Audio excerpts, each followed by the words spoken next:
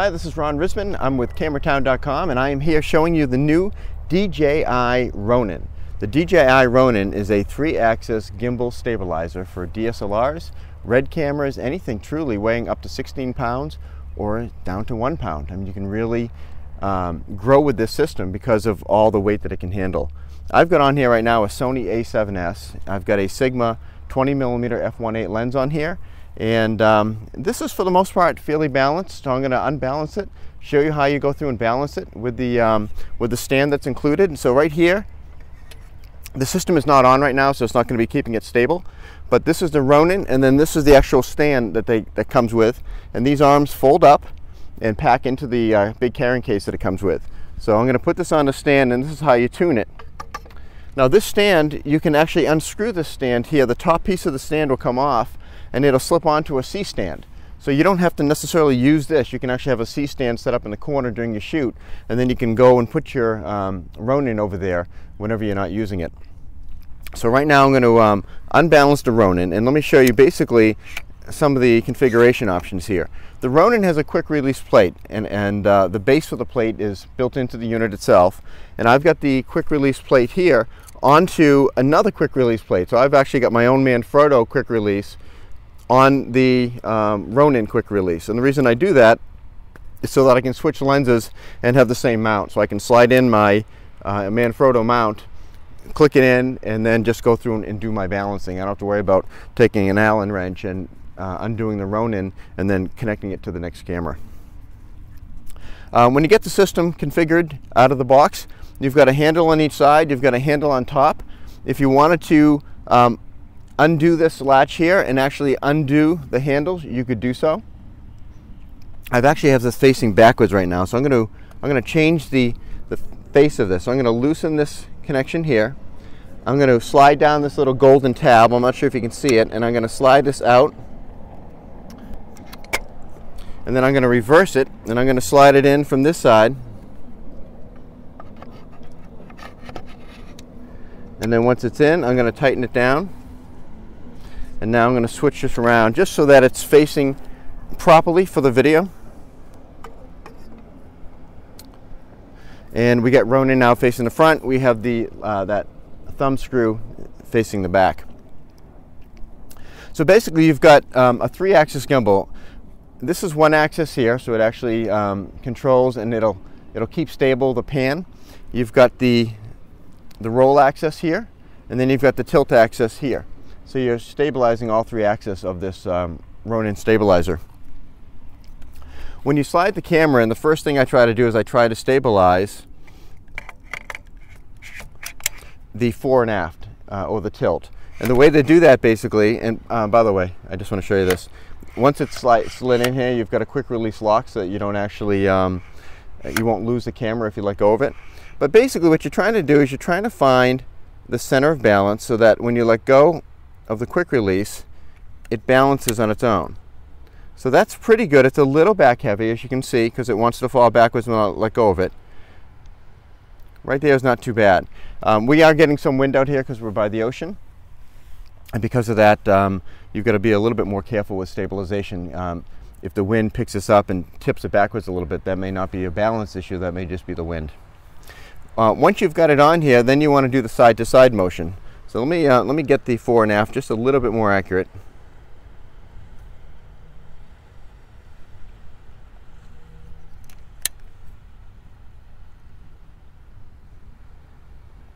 And what you want to make sure when you're balancing this, you want to make sure that once it's balanced, that you can put the camera pretty much in any position and it'll stay there. And that's how you know you have proper balance on this. When you do the roll balance here, you actually have adjustments underneath these red screws right here. So you can undo these, and then you can slide this left to right on the platform. So I'm going to slide it a little bit to the right. And I only did a couple of marks on this gimbal here. What Ronin has done is they've actually put markings on these gimbals, both horizontally as well as vertically, so that you know how to write down the configuration for a particular camera and a lens combination. So if I'm going to use this camera and lens all the time, I'm going to write down at what mark that I have the height and the roll so that I know how to get this quickly balanced, usually within 5 minutes. So I just threw this off balance going left to right, which means when I let go of it, you can see how it wants to tip to the left. Even if I bring it to the right, it's going to go back and tip to the left. That's how you know your row balance is off. So I'm going to adjust this back, and I'm just going to move it back a couple of notches. These are very, very fine adjustments once you get close. And before I tighten it, what I do is I basically just let go of it. And now I've gone just a little bit too far, so it's right in between that last. So I'm going to leave it there. I'm going to lock it in place, and hopefully that'll be proper balance. The idea when you're balancing this is the more accurately you have this balance before the battery turns on, or before the motor kick in, is the motor has to do less work to keep it balanced. So that's really the whole idea of balancing the axis. You can also balance the pendulum here, and what you're basically looking to do is you're moving this on the spar forward or backwards in order to try to get the center to stay pretty much where you have it, left and right. It's very difficult to do out here in the wind, so I'm not going to really, I've got it fairly close, but it's not super perfect, but I'm going to leave it as is. And the battery pack goes right on the back here. So let me show you the battery pack here. This is the DJI Ronin battery pack. It's a 3400 milliamp battery pack. They claim you'll get over 4 hours using this, once this is properly balanced, of course, and it's probably going to depend on the weight load of what you have on the camera as well. You have thumb screws here, and this basically slides into these little grooves on the side. You slide it in, and it slides right down into place, and then you just lock it into place. Now you're ready to pretty much turn this on. So I hit the power button. I let go of the system. And now that is rocking and rolling. It's all stable, ready to go. So now if I pick this up and tilt it, you can see how it keeps the camera stable, forward or back. And yet if I want to turn the rig, I give it a little bit of motion and it follows me. It's a smooth track mode. I can go back the other way. And I can also do panning up and panning down. And then once I get it where I want it, I can level off and it'll stay there, or I can pan it back up again to go level. So now what I want to show you is the different modes that you can actually shoot with this. Right now I'm using the top handle, so it's a one-hand mode, and this allows me to get low to the ground and actually follow my subject. I can even tilt the rear screen of the camera up if I want to be able to see this, or they give you a couple of accessory mounts that you can put on the handle here to attach monitors or audio or whatever it is you want to attach to it.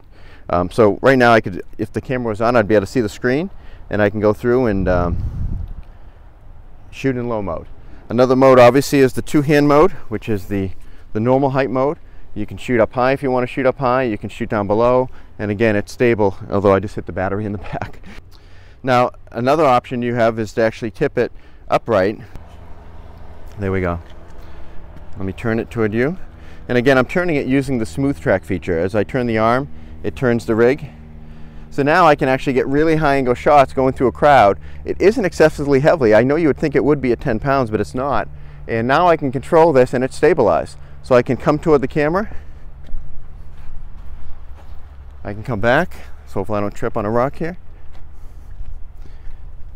Or if you need to do a low angle shot, you start out low and you come up. And you can simulate sort of a 6-foot or 7-foot jib. And if I wanted to pan down while I'm doing this, I could actually twist my hands and get a pan down. Pan back up as I go down. So this is your two-hand mode. I'm going to send this back to normal.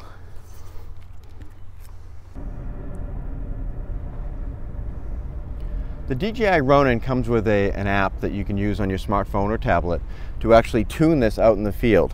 So right now I'm selecting the Ronin. You connect to it via Bluetooth, which is wireless, to about 25 or 30 feet away. And from there I can select different adjustments. I can change the speed of panning and tilting.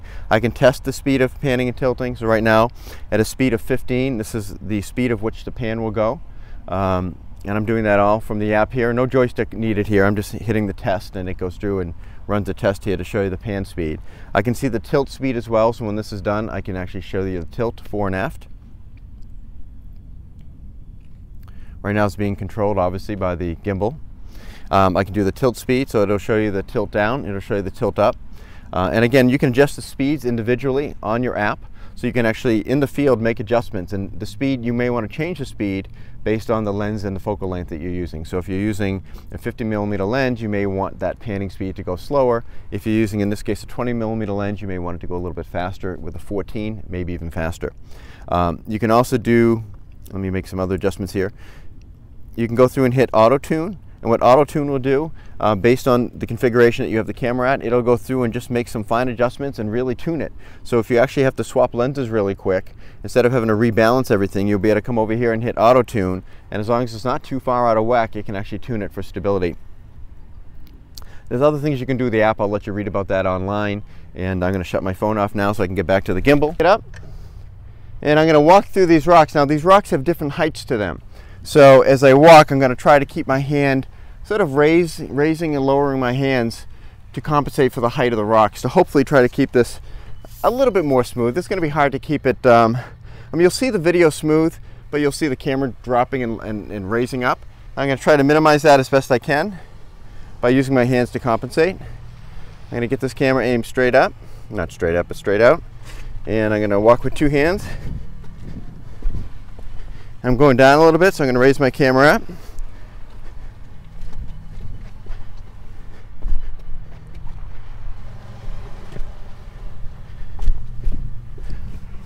I see a bug on my camera lens here.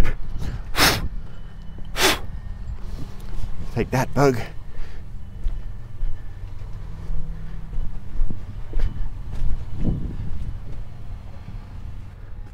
You got a boat cruise going out over here. And I can definitely feel it in my right arm right now. There's no doubt about it. So what I'm going to do is I'm going to switch to low mode, which will allow me to keep the camera lower. I'm going to tilt it up just a little bit. Turn it toward you. And we're going to come back this way. Try to keep it close to the rocks.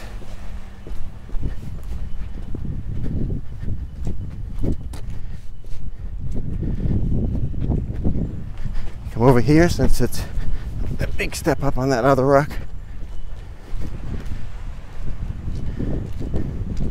And stop recording. We'll straighten the gimbal out and lower it back in and shut the power off.